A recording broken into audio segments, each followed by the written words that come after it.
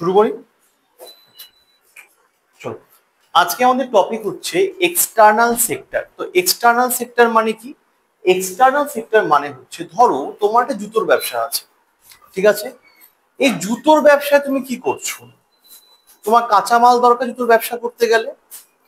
তুমি কাঁচামালটা কোত্থেকে আনবে? নিশ্চয়ই বাইরের থেকে আনবে। তো যখন তুমি কাঁচামাল বাইরের থেকে আনছো, তোমাকে টাকা খরচা করে কিনতে হচ্ছে কাঁচামালটা, তাই তো? তুমি টাকা দিচ্ছ, তোমায় কাঁচামাল দিচ্ছে। আবার যখন তুমি জুতো বানালে, জুতো বাইরে বিক্রি করছো, তোমার প্রোডাক্ট তুমি বাইরে পাঠাচ্ছ, তার জন্য কি তোমার প্রোডাক্ট যারা কিনছে সে তোমাকে টাকা দিচ্ছে, তাই হয়তো বিষয়টা। বিজনেস তো এভাবেই ওয়ার্ক করে।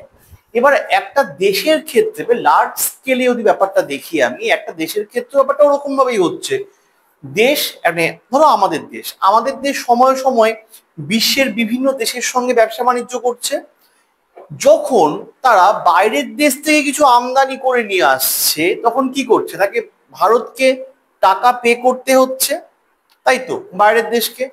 আবার একইভাবে যখন ভারত তার নিজের প্রোডাক্ট বাইরের দেশে পাঠাচ্ছে, বিক্রি করছে, তখন ভারতকে সেই বাইরের দেশ টাকা দিচ্ছে। তার মানে যখন ভারত বাইরের দেশ থেকে কিছু আমদানি করে নিয়ে আসছে, তখন ভারতের নিজের পকেট থেকে খরচা হচ্ছে। যখন তুমি কাঁচামাল কিনে আনতে তোমার নিজের খরচা হতো, তাই তো। একইভাবে যখন ভারত তার প্রোডাক্ট বাইরে বিক্রি করছে, সেখান থেকে যে টাকাটা আসছে সেটা কি হচ্ছে? তোমার ভারতে ইনকাম হচ্ছে, আয় হচ্ছে, তাই তো। এবার এই সমস্ত কিছুই কি টাকায় হচ্ছে বা ইন্ডিয়ান রুপিতে হচ্ছে? নিশ্চয়ই হচ্ছে না। কিসে হচ্ছে? তোমার বৈদেশিক মুদ্রা, মানে যে দেশের সঙ্গে ব্যবসা বাণিজ্য হচ্ছে বিদেশের সঙ্গে, সেই বৈদেশিক মুদ্রায় হচ্ছে, টাকায় হচ্ছে না, তাই তো। তো এই যে বৈদেশিক মুদ্রায় বহির্বিশ্বের সঙ্গে যে লেনদেন, এটা কি হচ্ছে? এক্সটার্নাল সেক্টর এটাই দেখাদেখি করে। তাহলে এক্সটার্নাল সেক্টরে কি পড়বে? এক্সটার্নাল সেক্টরে সমস্ত কিছু, এক্সপোর্ট, ইম্পোর্ট, যত যে ইনভেস্টমেন্ট আছে, ফরেন ডাইরেক্ট ইনভেস্টমেন্ট বলো, ফরেন পোর্টফোলিও ইনভেস্টমেন্ট বলো, লোন বলো, ব্যালেন্স অফ পেমেন্ট বলো, সমস্ত কিছু তোমার এই সেক্টরের আওতায় পড়বে, ঠিক আছে? এবার এটা হচ্ছে এক্সটার্নাল সেক্টর গেল। ভারতের ক্ষেত্রে যদি আমি বলি, ভারতের ক্ষেত্রে সব সময় আমদানি বেশি, রপ্তানি কম, অর্থাৎ ইম্পোর্ট বেশি, এক্সপোর্ট কম। আমি একটু আগে কি দেখলাম? কখন তোমার আয় হবে, মানে ইনকাম কখন হবে? যখন আমি আমার প্রোডাক্ট এক্সপোর্ট করব, বিক্রি করব, তখনই আমার আয় হবে। যখন আমি বাইরের দেশ থেকে কোনো প্রোডাক্ট আমদানি করছি, ইম্পোর্ট করছি, তখন কি আয় হবে? নিশ্চয়ই হবে না, আমার ব্যয় হবে, খরচা হবে আমার, তাই তো। একইভাবে যদি ভারত এক্সপোর্টের থেকে ইম্পোর্ট বেশি করে, তার মানে ভারতের খরচা বেশি, আয় কম, তাই তো, ইনকাম কম, খরচা বেশি। ভারতের ক্ষেত্রে এই সমস্যাটা হয়ে যাচ্ছে। তুমি যদি টপ ট্রেডিং কান্ট্রি দেখো ভারতের, মানে ভারত যে টপ দেশ, মানে লিস্টে যে যে দেশগুলোর সঙ্গে ব্যবসা করে, ভারত তো অনেক দেশের সঙ্গে ব্যবসা করে, তার মধ্যে যে লিস্টে টপ টপ পজিশনে যারা আছে, যাদের সঙ্গে বেশি বেশি ব্যবসা করে, যদি দেখা যায় যে কোন পণ্যটা বছর বছর চেঞ্জ হয়, সেটা রিপোর্টও আছে। যদি দেখা যায় যে ম্যাক্সিমাম কোন প্রোডাক্টটা ভারত সবচেয়ে বেশি ইম্পোর্ট করে, অনেক কিছু ইম্পোর্ট করে বছর বছর, কিন্তু সবচেয়ে বেশি ইম্পোর্ট করে পেট্রোলিয়াম ক্রুড বা ক্রুড অয়েল। এই ক্রুড অয়েল ভারত বাইরের দেশ থেকে আমদানি করে এনে নিজের দেশে রিফাইন করে, যেরকম জামনগর রিফাইনারি আছে, এরকম নিজের দেশে রিফাইন করে রিফাইন পেট্রোলিয়াম বা রিফাইন পেট্রোল প্রোডাক্ট হিসেবে বাইরের দেশে এক্সপোর্ট করে। বোঝা গেল? ভারতের ক্ষেত্রে সবচেয়ে বেশি ইম্পোর্ট হচ্ছে পেট্রোলিয়াম ক্রুড। সেই পেট্রোলিয়াম ক্রুড ভারতে রিফাইন হচ্ছে, এবং ভারতে রিফাইন হওয়ার পর সেই রিফাইন পেট্রোলিয়াম বা রিফাইন পেট্রোল প্রোডাক্টগুলো বাইরের দেশে সবচেয়ে বেশি এক্সপোর্ট হয়। বোঝা গেল? যদি বলা হয় তোমাকে যে ভারতে সবচেয়ে বেশি তোমার ইম্পোর্ট কি হচ্ছে? Petroleum crude. সবচেয়ে বেশি এক্সপোর্ট কি হচ্ছে? Refine petroleum. বোঝা গেল? কিন্তু ভারতের ক্ষেত্রে দেখতে পাচ্ছি আয় কম, ব্যয় বেশি, ইনকাম কম, খরচা বেশি, কারণ ভারতের এক্সপোর্ট কম, ইম্পোর্ট বেশি। তো এটা একটা দেশের পক্ষে নিশ্চয়ই ভালো না। ধরো তুমি 1000 টাকা করে মাসে মাসে ইনকাম করছো, ধরো তুমি 1000 টাকা করে মাসে মাসে ইনকাম করছো, কিন্তু তোমার মাস গেলে খরচা হয়ে যাচ্ছে 2000 টাকা। মানে প্রত্যেক মাসে তুমি যা ইনকাম করছো তার থেকে অতিরিক্ত 1000 টাকা তোমার খরচা হয়ে বেরিয়ে যাচ্ছে। তাহলে কি তুমি সুস্থ স্বাভাবিক জীবন কাটাতে পারবে? নিশ্চয়ই পারবে না, কারণ তোমার ইনকাম যাওয়ার থেকে বেশি খরচা হয়ে যাচ্ছে। অনেকে বলে আহা আর ভাল লাগছে না, কোনো টাকাই জমাতে পারছি না, যা ইনকাম করছি তার থেকে বেশি বেশি খরচা হয়ে যাচ্ছে। অনেকে বলে না, ব্যাপারটা ওরকম। যখন একটা মানুষের ইনকামের থেকে খরচা বেশি, সে যেমন তার সুস্থ স্বাভাবিক জীবন কাটাতে পারবে না। তার একদিকে নিশ্চয়ই স্বাভাবিক, যদি সে 1000 টাকা ইনকাম করে তার খরচাই হয়ে যায় 2000 টাকা, তার মানে এই অতিরিক্ত 2000 টাকাটা ওকে কোনো না কোনো জায়গা থেকে ধার দেনা করে আনতে হবে বা ম্যানেজ করতে হবে। কোনো না কোনো, মা দাও না একটু, ওই সামনে মাসে দিয়ে দেবো, এই দে না, বন্ধুকে বলে না দেখ পরের মাসে দিয়ে দেবো, সে পরের মাস হয়তো আসবে না কোনোদিনও। কিন্তু আমাদের জোকস অ্যাপার্ট, কিন্তু আমাদের কি হয়, আমাদের ধার দেনা করে করে কাটাতে হয়, তাই তো? যদি আমার ইনকাম কম খরচা বেশি হয়, স্বাভাবিক কোনো না কোনো ম্যানেজ করতে হবে, তাই তো? এবার প্রবলেমটা হচ্ছে, তাহলে আমাদের ইন্ডিয়ার ক্ষেত্রেও নিশ্চয়ই প্রবলেমটা রাইজ করতে পারে। যদি ইন্ডিয়ার যখন ইম্পোর্ট বেশি এক্সপোর্ট কম, তাহলে খরচা বেশি আয় কম, সেক্ষেত্রে ইন্ডিয়াকেও তোমার ইম্পোর্টের তুলনায় এক্সপোর্টটাকে বাড়াতে হবে। মানে ইন্ডিয়ান যে প্রোডাক্ট, এখন তো আমাদের যে এই মেক ইন ইন্ডিয়া করেছে, আত্মনির্ভর প্রকল্প করছেন আমাদের গভর্নমেন্ট, যথেষ্ট ভালো ইনিশিয়েটিভ। তার মানে কি হচ্ছে, আমরা ক্রমশ আমাদের এক্সপোর্টটাকে বাড়ানোর দিকে নিয়ে যাচ্ছি। স্কিল ইন্ডিয়া করছে, যারা ইউথ আছে তাদেরকে আনএমপ্লয়মেন্ট রেট কমানোর জন্য স্কিল পার্সন তৈরি করা, যাতে আমরা যাতে এক্সপোর্ট বাড়াতে পারি, আমরা যাতে ইম্পোর্টের তুলনায়, ইম্পোর্ট হোক যা হচ্ছে হোক কেন, ইম্পোর্ট তো করতেই হবে, কিন্তু এক্সপোর্ট যেন ইম্পোর্টের থেকে বেশি হয়। তাহলে কি হবে, এক্সপোর্ট যদি একবার আমরা ইম্পোর্টের থেকে বেশি করতে পারি, ইন দ্যাট কেস আমাদের ইনকাম বেশি হবে এবং খরচা অনেক কম হবে, তাই তো? এইটুকু বোঝা গেল।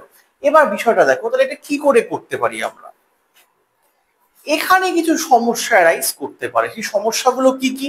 সেই প্রথম সমস্যাটা হলো এমন কিছু প্রোডাক্ট, যে প্রোডাক্ট ইচ্ছে থাকলেও ভারতে প্রডিউস করা সম্ভব না। ফর এক্সাম্পল ক্রুড অয়েল, তুমি চাইলেও ক্রুড অয়েল ইন্ডিয়াতে প্রডিউস করতে পারবে না।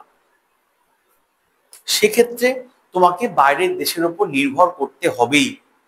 সেকেন্ড পয়েন্ট, দেখা গেল আমরা এমন একটা প্রোডাক্টের আমদানি কমাতে চাইছি, বলছি না, ধরো তোমার বাড়িতে চিনি নেই, তুমি মিষ্টি খেতে ভালোবাসো, চাই তোমার চিনি নেই, প্রতিদিন তুমি গিয়ে পাশের বাড়িতে গিয়ে বলো একটু দাও না, চিনি দাও না, আমরা কি একটু চিনি পাবো না, পাবো না আমরা একটু চিনি, এরকম করে যখন বলো, একদিন দেবে, দুদিন দেবে, বারবার দেবে, আরে ভাই কিনে রাখিস না কেন বাড়িতে?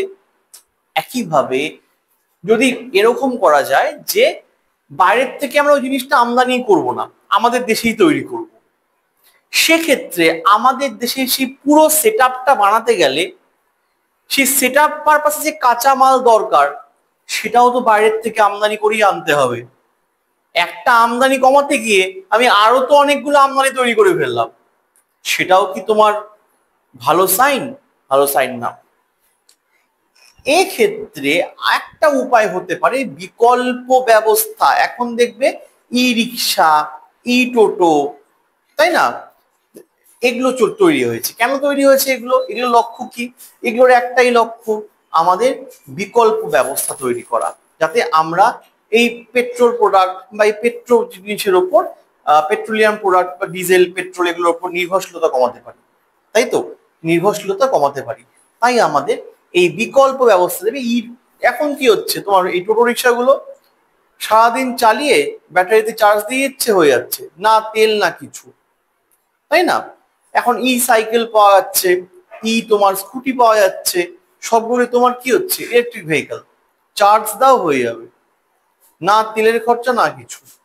তো আমরা আস্তে আস্তে এই বিকল্প ব্যবস্থাগুলোকে অ্যাডপ্ট করার চেষ্টা করছি। এইভাবে করলে কি হবে, যে পারপাসে আমাদের এই যে পারপাসে আমাদের এই আমদানিগুলো করতে হচ্ছিল, সে আমদানিগুলো করতে হবে না, তাই না? ধরো তুমি প্রতিদিন হোমওয়ার্ক করার জন্য ক্লাসমেটের নোট বই কিনতে, বা তোমার বাবা বললো কি দরকার বাবা, এই এত এত দিস্তা কাগজ পড়ে আছে, এই দিস্তা কাগজগুলোকে আমি বাধাই করে দিচ্ছি, তুই দিস্তা কাগজগুলো নিয়ে যা, নিয়ে এখানে প্র্যাকটিস কর। তোমার কি আর ক্লাসমেট নোট খাতা কেনার দরকার পড়বে? দরকারই পড়বে না। তো এইভাবে বিকল্প ব্যবস্থা আস্তে আস্তে শিফট করে যাওয়া, এইভাবে আমরা কিন্তু আমদানিটাকে কি করতে পারি, কমাতে পারি, রপ্তানিটাকে বাড়াতে পারি। ঠিক আছে, এইভাবে আমরা পুরো সিস্টেমটাকে জেনে, সেক্ষেত্রে আমাদের কি হবে, আয় বেশি হবে, ইনকাম বেশি হবে, খরচা অপেক্ষাকৃত কম হবে। সেক্ষেত্রে কি করতে পারি, আমরা একটা সুস্থ স্বাভাবিক ভাবে চলতে পারি। ঠিক আছে, এবার যেটা নিয়ে আমরা আলোচনা করব সেটা হচ্ছে ফরেক্স রিজার্ভ। কি নিয়ে আলোচনা করব? ফরেক্স রিজার্ভ।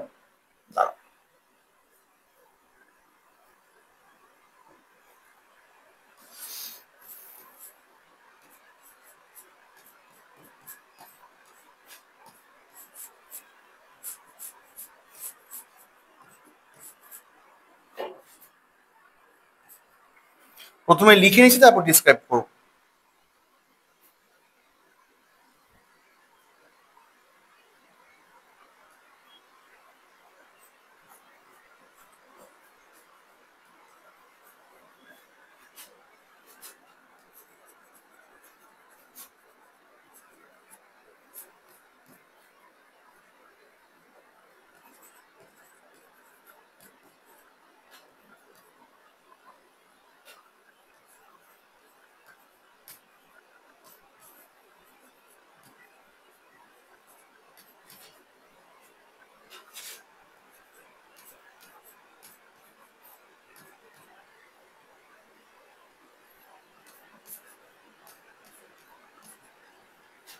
অনেক কিছু লিখলাম, তাই না, অনেক ইকুয়েশন লিখলাম, কিন্তু সেগুলো কি খায় না মাথায় দেয়, এবার আমাকে বুঝতে হবে ফরেক্স রিজার্ভ মানে কি।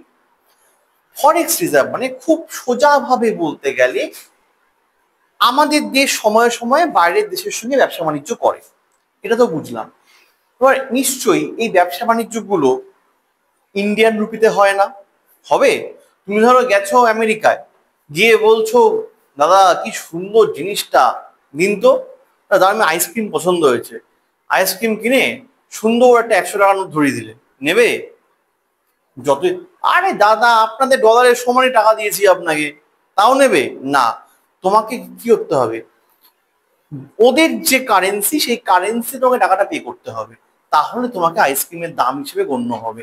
একইভাবে আমাদের দেশে যখন বাইরের দেশের সঙ্গে ব্যবসা বাণিজ্য গুলো করছে, তখন তারা কি করছে, বিদেশি কারেন্সিতে ব্যবসা বাণিজ্য গুলো করছে, তাই না, ফরেন কারেন্সিতে এই ট্রেডিং গুলো হচ্ছে। এবার এই ফরেন তার মানে কি, প্রত্যেকটা দেশই নিজেদের কাছে নির্দিষ্ট মূল্যের ফরেন কারেন্সি মজুত রাখছে এই ব্যবসা বাণিজ্য করার জন্য, লেনদেন করার জন্য। যেখানে তারা এই ফরেন কারেন্সি মজুত করছে ওটা কি বলছে, ফরেক্স রিজার্ভ। ঠিক আছে, ফরেক্স রিজার্ভ। এবার একটা দেশের ফরেক্স রিজার্ভে কি কি থাকে, এটাই হচ্ছে foreign currency asset, gold reserve, SDR special drawing right এবং আরটিপি। আস্তে আস্তে আমরা এগুলো আলোচনা করব। ঠিক আছে, চলো।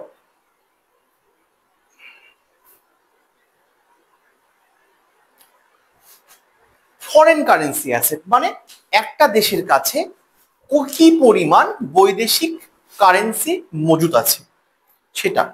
ঠিক আছে, একটা দেশের কাছে কি পরিমাণ বৈদেশিক কারেন্সি বা ফরেন কারেন্সি মজুত আছে সেটা হচ্ছে foreign currency asset. Gold reserve মানে কতটা গোল্ড মজুদ আছে, সোনা মজুদ আছে। ঠিক আছে, বোঝা গেল।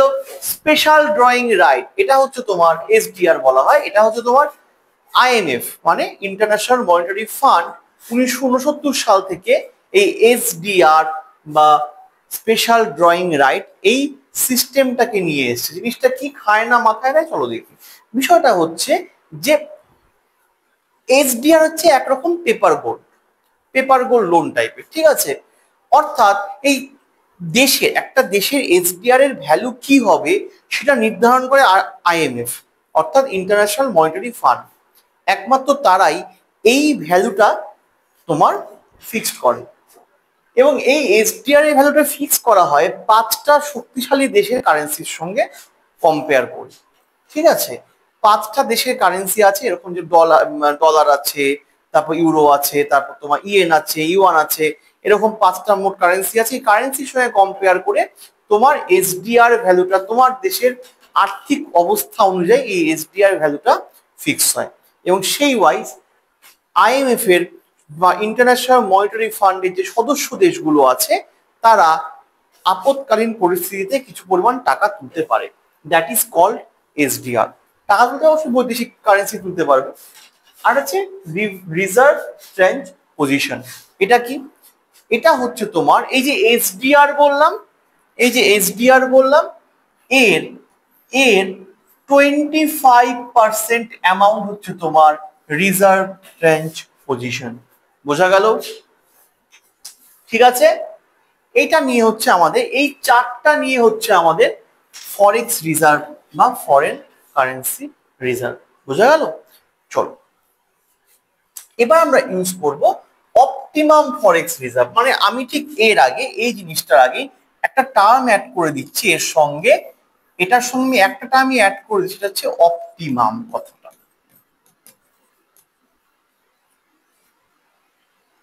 তাহলে কি সব পাল্টে যাবে? আগে হ্যাঁ, আমি যখনই এই টার্মটার সঙ্গে অপটিমাম কথাটা যোগ করে দেব তখন সবকিছু পাল্টে যাবে। কিরকম পাল্টাবে? খুব বেশি পাল্টাবে না। বিষয়টা হচ্ছে যে একটা দেশ, কি বললাম, আমাদের যে কোনো দেশের সঙ্গে বা যে কোনো দেশই যে কোনো দেশের সঙ্গে সময় সময় লেনদেন করে, ইম্পোর্ট করে, এক্সপোর্ট করে, তাই তো? তার মানে প্রত্যেক, এবং সেই লেনদেনটা কিসে হয়? বৈদেশিক মুদ্রায় হয়, ফরেন কারেন্সিতে সেই লেনদেনটা হয়, ঠিক আছে? সেই লেনদেনটা যখন ফরেন কারেন্সিতে হচ্ছে, তার মানে প্রত্যেকটা দেশই তাদের কাছে কিছু পরিমাণ ফরেন কারেন্সি জমিয়ে রাখছে যাতে লেনদেনটা করতে পারে, ঠিক আছে? এবার ধরো তোমাকে বলা হলো যে তাহলে তুমি কত কারেন্সি জমাবে। ধরো তুমি বাজারে মার্কেটিং করতে গেছো, জানো মাঝে মাঝে মার্কেটিং করতে মেয়েরা একটু বেশি যায়, ছেলেরা একটু কম যায়, তাই না? বা পুজো আসছে, ড্রেস কিনতে যাবে, এবার তোমাকে কি করবে? তুমি নিশ্চয়ই দুম করে বেরিয়ে পড়বে না, তোমাকে একটা নির্দিষ্ট টাকা নিয়ে তো বেরোতে হবে বাবা, তাই না? যে হ্যাঁ, আমি যদি পকেটে মোটামুটি 10,000 টাকা নিয়ে বেরোই তাহলে আমার ঠিক আছে 2-3টা ড্রেস হলেও হতে পারে, তাই তো? তার মানে তুমি কি করছো? যে পরিমাণ টাকা নিয়ে তুমি বেরোলে মার্কেটিং করতে তোমার কোনো শর্টেজ হবে না, সে জিনিসটা তুমি ফিক্সড করে নিয়ে বেরোচ্ছ, তাই তো? যে হ্যাঁ, আমি 10,000 টাকা নিয়ে বেরোলে মোটামুটি আমার মার্কেটিংটা মিটে যাবে, মানে এর বেশি তো লাগবেই না, হয় না? যখন আমরা বাইরে বেরোই আমরা কি করি? পর্যাপ্ত টাকা নিয়ে বেরোই। আর এখন তো তাও গুগল পে চলে এসছে, আগে যখন তোমার শুধুমাত্র মানে এই অনলাইন ইউপিআই টুপিআই ছিলই না, তখন আমরা কি করতাম? সব ক্যাশে একদম, মানি ব্যাগ ভর্তি, এক একজনের মানি ব্যাগ কি হতো, এত হেভি ওয়েট মানি ব্যাগ হতো এক একটা, তাই না? হেভি ওয়েট মানি ব্যাগ, সব 500, 1,000 টাকা নোট আর 2,000 টাকা নোট বেরোতো, সমস্ত ফুলকলুচি হয়ে যেত মানি ব্যাগ গুলো। এবং কি করতো যখন বাইরে বেরোতো, ওরা জানতো যে হ্যাঁ ভাই এর বেশি টাকা তো লাগবে না, সেটা শো অফের জন্য হোক বা মার্কেটিং এর জন্য হোক, যে কারণেই হোক এই পরিমাণ টাকা নিয়ে বেরোলে আমার চাপ নেই, আমার কম পড়বে না বা ধার দেনা বা বাকি করতে হবে না, ঠিক আছে? তো অপটিমাম ফরেক্স রিজার্ভ হচ্ছে সেই পরিমাণ বৈদেশিক মুদ্রা বা সেই অ্যামাউন্টের বৈদেশিক মুদ্রা যেটা আমার ফরেক্স রিজার্ভে থাকলে আমার মাথায় কোনো রকম অর্থনৈতিক ক্রাইসিসের মুখে আমাকে পড়তে হবে না। বেসিক্যালি ব্যাপারটা কি হয় দেখো, ইন্ডিয়াতে 1900 আর পরে আমাদের বিওপি ক্রাইসিস আছে, আমরা পড়বো। আপাতত এইটুকু জেনে রাখো, 1991 আর 90 সালে, 1990-91 এই সময়টায় কি হয়েছিল ভারতের ক্ষেত্রে, ভারতের ঘাড়ে যত দেনার দায় চেপে গেছিল, মানে প্রায় 54,204 কোটির দেনার দায় চেপে গেছিল, তত পরিমাণ বৈদেশিক কারেন্সি ইন্ডিয়ার ফরেক্স রিজার্ভে মজুদ ছিল না।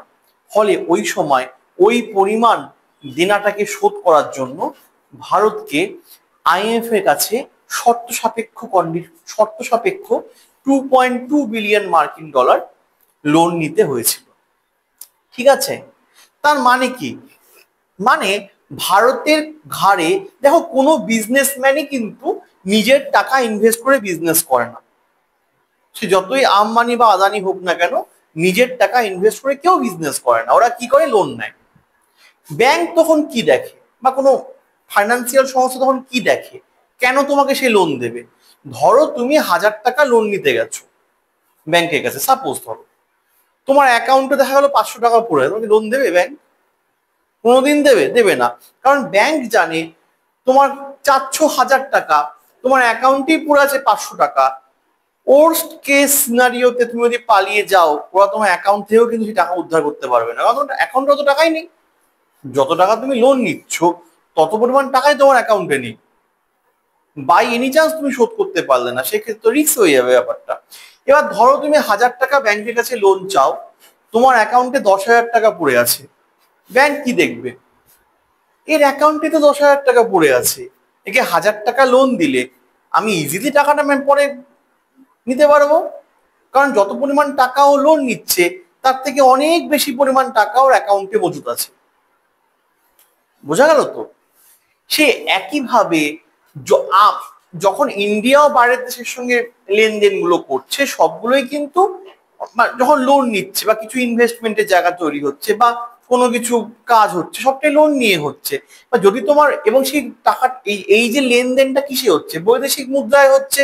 যদি দেখা যায় যে যে পরিমাণ আমি ধার নিচ্ছি তার থেকে বেশি পরিমাণ টাকা আমার ফরেক্স রিজার্ভে আছে, যে পরিমাণ দেনা আমার ঘাড়ে চেপে বসে আছে তার থেকে বেশি পরিমাণ অ্যামাউন্টের বৈদেশিক মুদ্রা অলরেডি আমার ফরেক্স রিজার্ভে স্টোর হয়ে বসে আছে, তাহলে কি আমার চিন্তা করতে হবে? চিন্তা করতে হবে না। দেখা গেল তোমার দেনার দায়, তোমার দেনা শোধ করতে হবে 1,000 টাকার, তোমার ফরেক্স রিজার্ভে $1,000 ধর দেনা শোধ করতে হবে, তোমার ফরেক্স রিজার্ভে অলরেডি $10,000 নিয়ে বসে আছো, তোমার চাপ হবে? চাপ হবে না কোনো। এটা কি হচ্ছে বলে অপটিমাম ফরেক্স রিজার্ভ, মানে কতটা ফরেক্স রিজার্ভে কত পরিমাণ বৈদেশিক মুদ্রা আমরা মেনটেন করতে পারলে এরকম বিওপি ক্রাইসিস, মানে যে ক্রাইসিসটার কথা বললাম 1990-91, যে 54,204 কোটি টাকা, 4 কোটির উপর একটা দেনার দায় চেপে গেছিল, এই পরিমাণ তোমার এরকম টাইপের কোনো ক্রাইসিস তৈরি হবে না। ঠিক আছে? তো ভারতের ক্ষেত্রে দেখা যায় মোটামুটি যে 750 বিলিয়ন US ডলার থেকে শুরু করে 1 ট্রিলিয়ন US ডলার এই পরিমাণ বৈদেশিক মুদ্রা ফরেক্সে রাখলে ভবিষ্যতে যে কোনো ক্রাইসিসের বা দেনা ফেনা যা আছে আমরা মোকাবিলা করতে পারবো। ঠিক আছে? তো that is called optimum forex reserve. ঠিক আছে, চলো একটু মুছে নিই এটা। Next topic.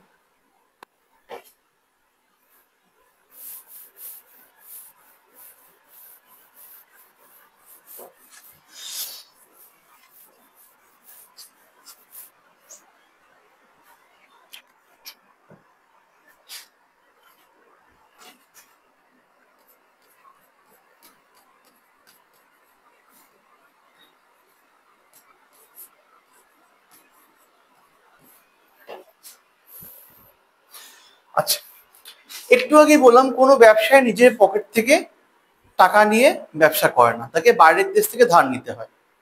বাইরের দেশ থেকে কেন বলছি, বাইরের সংস্থা থেকে ধার নিতে হয়, তাই তো?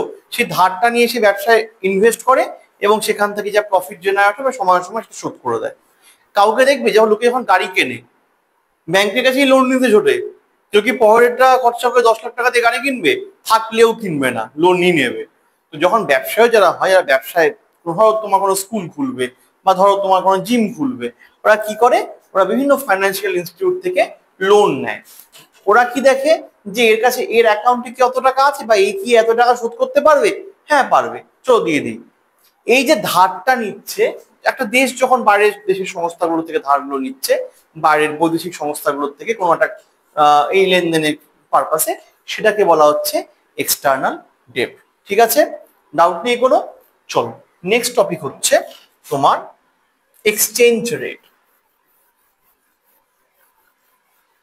কি হচ্ছে? Sorry.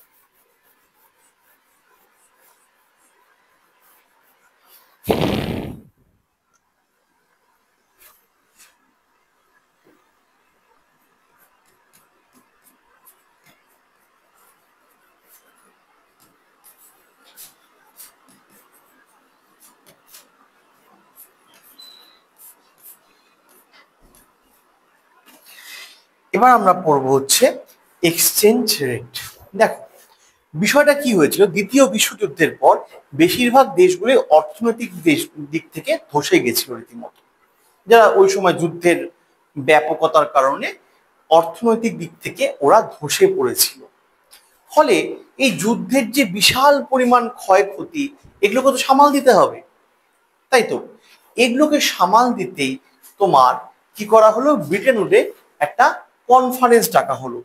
ব্রিটেন উডে যে কনফারেন্স ডাকা হলো, সেই কনফারেন্সে বললো মানে দুটো কাজ করতে হবে এখন। একটা হচ্ছে এই যে একবার প্রথম বিশ্বযুদ্ধ হলো, তারপরে আবার দ্বিতীয় বিশ্বযুদ্ধ হচ্ছে, এরকম বারবার করে বিশ্বযুদ্ধ শুরু হয়, তাহলে দেশগুলো আর দেশই থাকবে না, সব ধসে যাবে।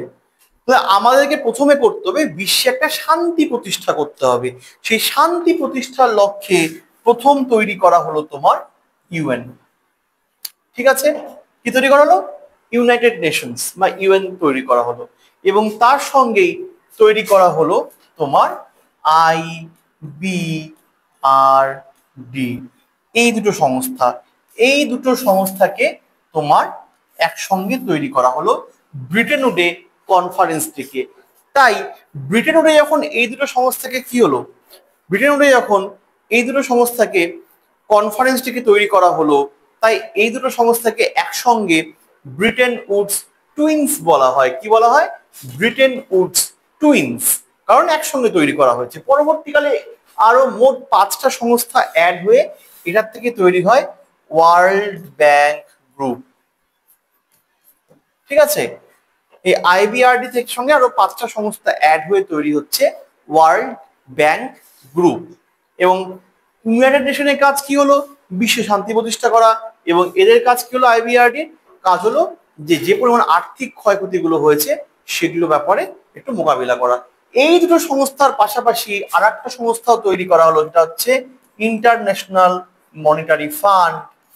এর কাজগুলো হচ্ছে অর্থনৈতিকভাবে যারা ক্রাইসিসের মুখে পড়বে সেই সমস্ত দেশগুলোকে শর্ত সাপেক্ষ ভাবে আর্থিক সাহায্য দেবে। বোঝা গেল? এই ইন্টারন্যাশনাল মনিটারি ফান্ডের কাজ হবে যে সমস্ত দেশগুলো তোমার বিওপি ক্রাইসিস বা এই টাইপের কোনো ক্রাইসিসের মুখে পড়বে, ওদেরকে অর্থনৈতিকভাবে তোমার টাকা দেবে। এবার দেখো, বাড়িতে কখনো সিনেমা দেখার জন্য বা শপিং করার জন্য বাবার কাছ থেকে টাকা চেয়েছো? বাবা মার কাছ থেকে সবাই চাই আমরা, কম বেশি ছোটবেলায় চাইছি আমরা মোটামুটি, বাবা দাও না টাকা, একটু সিনেমা দেখবো, বাবা দাও না একটা ড্রেস কিনবো। ওই ড্রেসটা না হেভি লেগেছে আমার, বলি না আমরা? বাড়ির থেকে কি বলে আমাদের, এখন দিচ্ছি ঠিক আছে, আর কিন্তু 3 মাসে মানে চাইতে পারবি না। হ্যাঁ দেবো। সিনেমা দেখবি তো? কি সিনেমা? শাহরুখ খানের সিনেমা দেখবি? দেখবো, দেবো, কিন্তু এসে কিন্তু হোমওয়ার্ক গুলো করতে হবে। বলতো না ছোটবেলায় আমাদের প্রত্যেকে শুনি, হ্যাঁ শর্ত দিয়ে দিত। IMFও সেরকম, যারা এরকম বিওপি ক্রাইসিসের মুখে পড়তো ওদেরকে টাকা দেবে, কিন্তু শর্ত সাপেক্ষ। পাশাপাশি এই যে IMF বললো একটা দেশের কারেন্সির ভ্যালু কি হওয়া উচিত সেটা আমি ঠিক করে দেবো, কারণ সে তখন দাদা এসব ব্যাপারে। IMF তখন প্রথম নিয়ে আসলো একটা এক্সচেঞ্জ রেট। এক্সচেঞ্জের কথাটা মানেই হচ্ছে তোমার দেশের তখন কি হচ্ছে, তখন মোটামুটি ভাবে অর্থনৈতিক দিক থেকে যে সমস্ত দেশগুলো ঠিকঠাক অবস্থায় ছিল সেই সমস্ত দেশের কারেন্সি গুলোকে একসঙ্গে নিয়ে একটা অ্যাভারেজ ভ্যালু বার করা হলো। এই যে সবগুলো কারেন্সি সব ঠিকঠাক অবস্থায় থাকা দেশের কারেন্সি গুলোকে আমি একসঙ্গে নিলাম, এটাকে কারেন্সি বাস্কেট বলছি। এই কারেন্সি বাস্কেট থেকে একটা অ্যাভারেজ ভ্যালু বার করা হলো। ঠিক আছে, সেই অ্যাভারেজ ভ্যালুর সাপেক্ষে তোমার দেশের কারেন্সির ভ্যালু কতটা কম বা কতটা বেশি এইভাবে নোট করা হয়। ফর এক্সাম্পল ধরো তোমার ক্লাসে যে ফার্স্ট বয় সে ধরো অঙ্কে 90 পেয়েছে। দেখবে আমরা প্রত্যেকেই যখন ছোটবেলায় স্কুলে পড়তাম আমরা বলতাম কি, মা আমি না অঙ্কে 40 পেয়েছি, ও শুভম যে ফার্স্ট বয় ওরা 90 পেয়েছে। মানে আমরা কতটা ভালো বা কতটা খারাপ সেটা ডিসাইড হতো ওই ফার্স্ট বয়ের নিরিখে। মানে যে ক্লাসের ভালো স্টুডেন্ট, যে একটা পার্টিকুলার ধরো তোমার 90 মার্কস পেয়ে বসে আছে, এবার তার নিরিখে বাদ বাকিদের রেজাল্টটা ভ্যারি করতো। কেউ ধরো 92, আরে জানিস তো ওকে টপকে দিয়েছি, আরে শুভমকে টপকে দিয়েছে, 92 পেয়েছে। আবার ধরো কেউ 88 পেয়েছে, আহা শুভমের থেকে 2 মাস কম পেয়ে গেলাম রে, কম পেয়ে গেলাম। তার মানে যে শুভম হচ্ছে একটা ঠিকঠাক পজিশনে থাকা ছেলে, যার নিরিখে ক্লাসের বাদ বাকি ছেলেদের ভ্যালুটা ডিসাইড হয়। একইভাবেই তখন কি হতো, যে সমস্ত দেশগুলো একটা ঠিকঠাক পজিশনে আছে সেই সমস্ত দেশগুলোর সাপেক্ষে তোমার দেশের কারেন্সির ভ্যালু কি হবে সেটা আইএমএফ বলে দিত। যেহেতু আইএমএফ ফিক্সড করে দিচ্ছে যে তোমার দেশের কারেন্সির ভ্যালু এই কারেন্সি বাস্কেটের অ্যাভারেজ ভ্যালু সাপেক্ষে এত হবে, বাকি দুনিয়া যায় ভাড় মে, আমি বলছি এত হবে, তাই এটা কি বলা হচ্ছে তোমার ফিক্সড এক্সচেঞ্জ রেট। কি বলা হচ্ছে? ফিক্সড এক্সচেঞ্জ রেট, কারণ আইএমএফ ঠিক করে দিচ্ছে।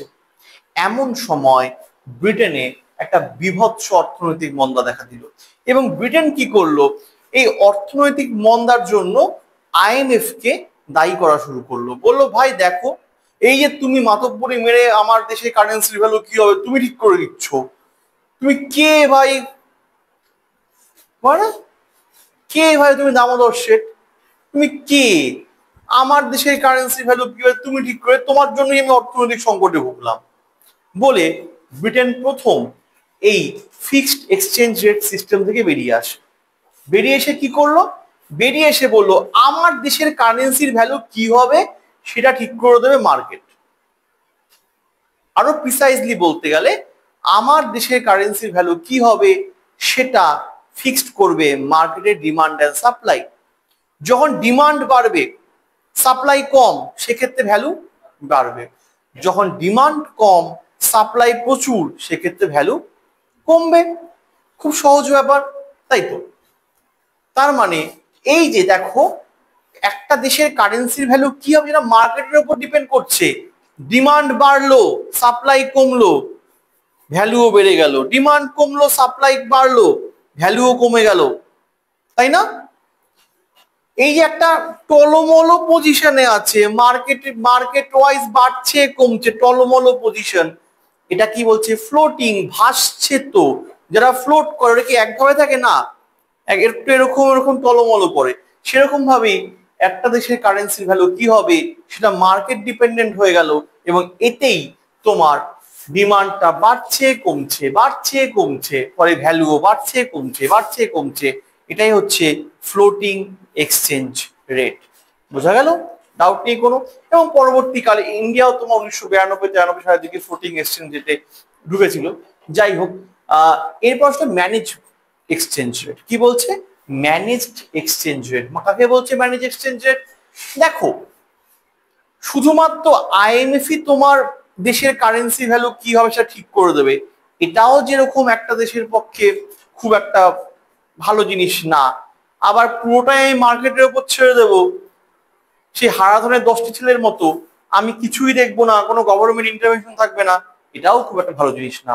পরবর্তীকালে তাই একটা গভর্নমেন্ট ইন্টারভেনশনের ব্যবস্থা করা হলো। ভারতের ক্ষেত্রে আরবিআই দেখে, রিজার্ভ ব্যাংক অফ ইন্ডিয়া, এবং এই যে এই দুটো এক্সচেঞ্জের একটা সহাবস্থান নিয়ে মোটামুটি মাঝামাঝি পজিশনে এসে তৈরি করা হলো তোমার ম্যানেজড এক্সচেঞ্জ রেট সিস্টেম। ঠিক আছে? ভারত বেসিক্যালি ফলো করে ডুয়াল এক্সচেঞ্জ রেট সিস্টেমে। তাকে বলছে ডুয়াল এক্সচেঞ্জের system. Dual exchange rate system বলছে যে আমার দেশে দুটো জিনিস থাকবে। কি কি?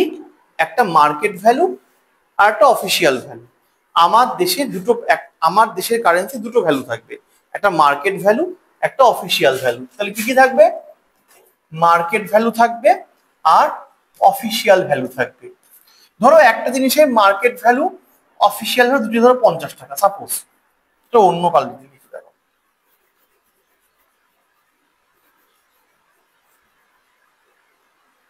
ধরো একটা জিনিসের মার্কেট ভ্যালুও 50 অফিসিয়াল ভ্যালুও 50 করে রাখা হলো। অ্যাকচুয়ালি কি হয়, মার্কেট ভ্যালুটা না ফ্রিকোয়েন্টলি ওঠানামা করে, তাই মার্কেট ভ্যালুটাকে ফিক্সড করে রেখে দিলে তোমার এই প্রবলেম তৈরি হবে। তাই কি করলো, অফিসিয়াল ভ্যালুটাকে ফলো করা শুরু করলো, এবং এই অফিসিয়াল ভ্যালুটা ডিসাইড হওয়া শুরু করলো তোমার মার্কেট ভ্যালু সাপেক্ষে। ধরো তোমার দেখা গেল এরপর কি হলো, কমে গিয়ে তোমার 45 টাকা হলো। এটা এতটা কমাবে না, এটা কমিয়ে 49 করে দিল। দেখা গেল মার্কেট ভ্যালু বেড়ে তোমার 55 হয়ে গেল। এটা কি করলো, অফিসিয়াল ভ্যালুটা বাড়িয়ে হালকা 52 করে দিল। মানে মোটামুটি দেখো কাছাকাছি কাছাকাছি তোমার রাখা হচ্ছে। তো মার্কেটে যেরকম তোমার হিউজ ওঠানামা করে, সেই ওঠানামার মুখে পড়তে হচ্ছে না। এটাই হচ্ছে ডুয়াল এক্সচেঞ্জ রেট সিস্টেম। ঠিক আছে, বোঝা গেল? দুটো ভ্যালু থাকবে, মার্কেট ভ্যালু আর অফিসিয়াল ভ্যালু। বোঝা গেল?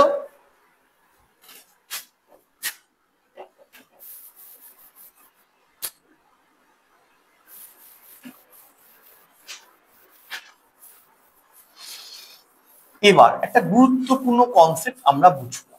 এই যে মাঝে মধ্যে আমরা শুনতে পাই, আরে জানিস $1 সমান 80 টাকা, মাঝে মধ্যে শোনো না? এবার ধরো এটাই আমরা দেখবো। ধরো আমি বললাম যে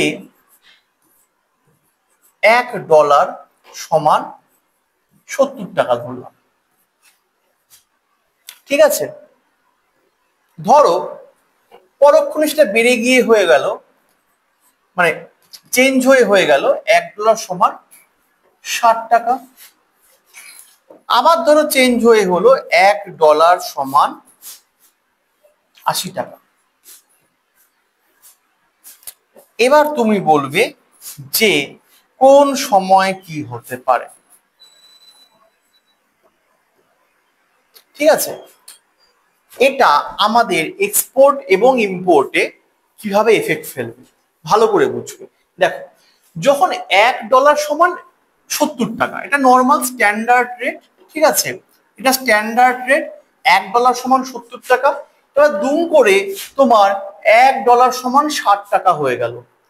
এবার যারা ডলারে কিনছে বিদেশিরা, ওদের মনস্তত্ত্বটা বোঝো। ওরা দেখছে আগে $1 খরচা করলে 70 টাকার সমান জিনিস পেতাম। আগে $1 খরচা করলে আমি 70 টাকার সমান জিনিস পেতাম, কিন্তু এখন $1 খরচা করলে আমি মাত্র 60 টাকার সমান জিনিস পাচ্ছি।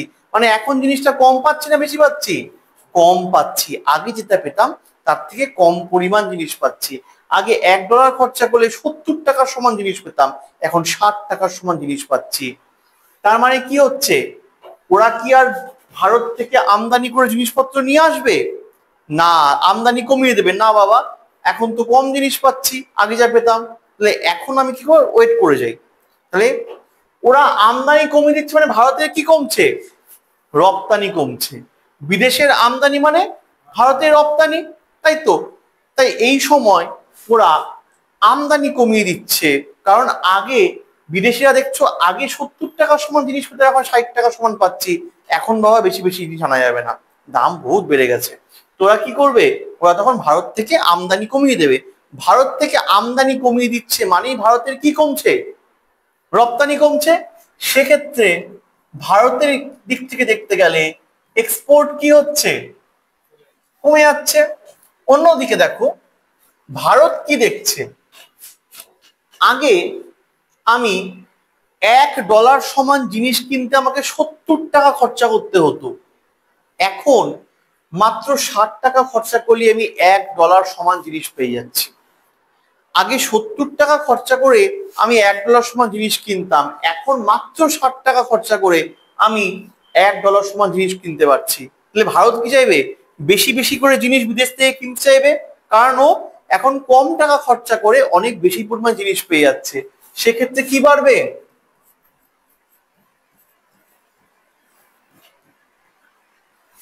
বোঝা গেল?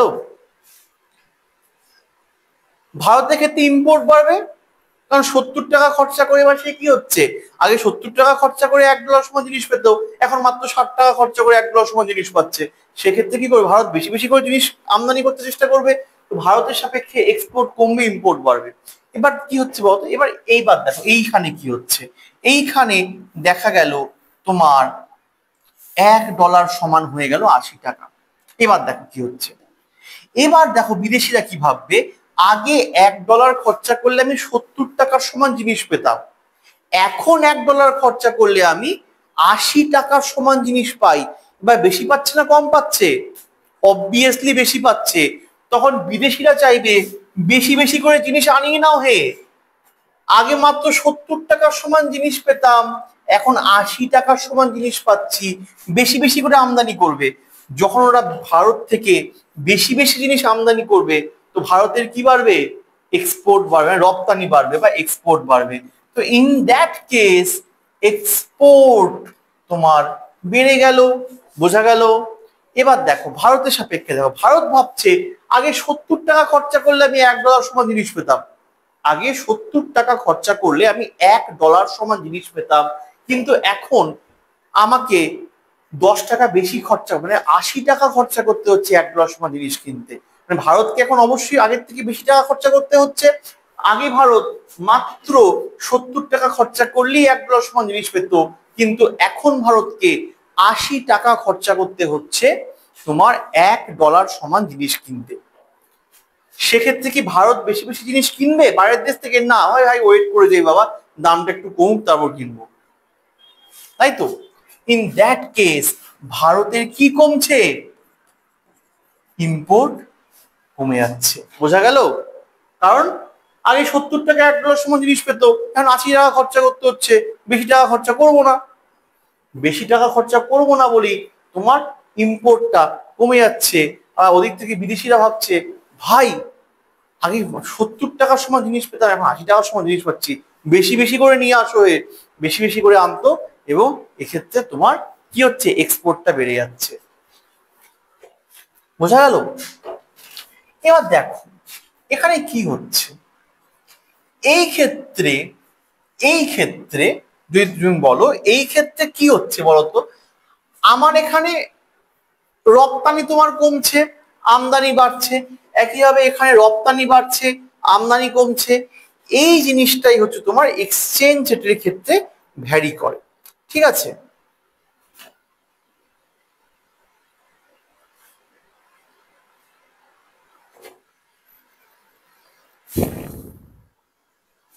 এবার দেখো, আগে দেখতো বিদেশিরা $1 খরচা করলে 70 টাকার সমান জিনিস পাওয়া যাচ্ছিল।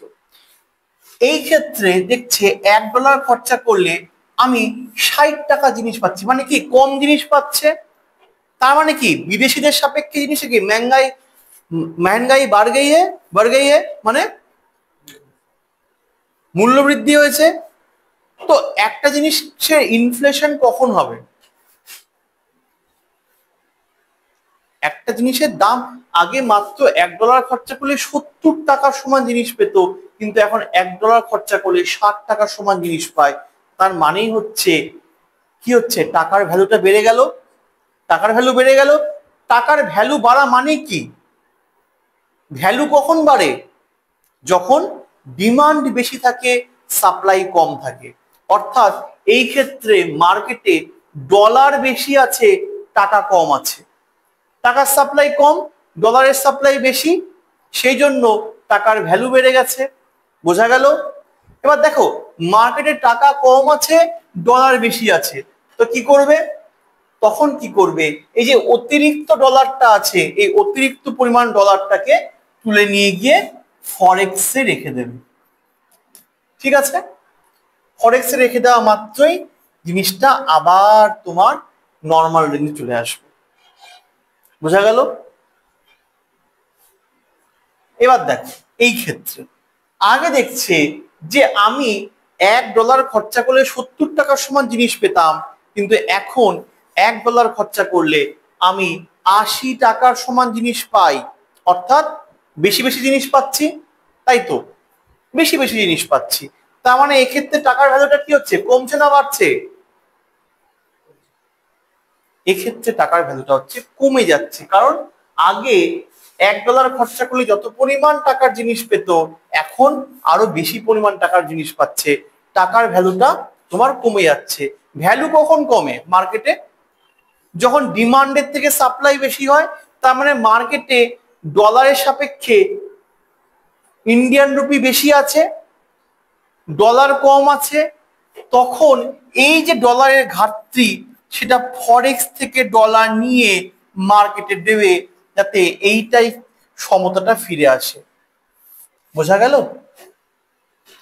এটা করবে যে সমতাটা ফিরে আসে। এইভাবে পুরো জিনিসটা কাজ করে। এইভাবে এক্সপোর্ট ইম্পোর্ট ভ্যারি করে, এইভাবেই তোমার ফরেক্স রিজার্ভটাও কাজ করে।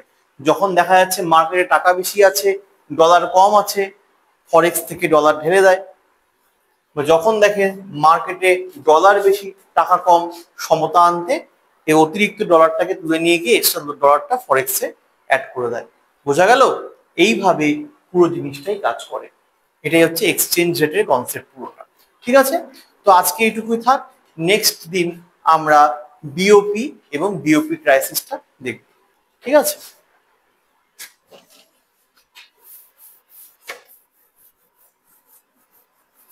নেক্সট ক্লাসে আমরা বিওপি দেখব, ইন্ডিয়ান বিওপি ক্রাইসিস দেখব এবং কনভার্টিবিলিটি দেখব এবং বিভিন্ন রকম কারেন্সি যেগুলো হয়, hot currency, heated currency, soft currency, hard currency, এগুলো আমরা এই টার্মগুলোকে ডেপ্রিসিয়েশন, ডিভ্যালুয়েশন, অ্যাপ্রিসিয়েশন, এই টার্মগুলোকে আমরা দেখব নেক্সট ক্লাসে। ঠিক আছে, তো আজকে এইটুকুই থাক তাহলে।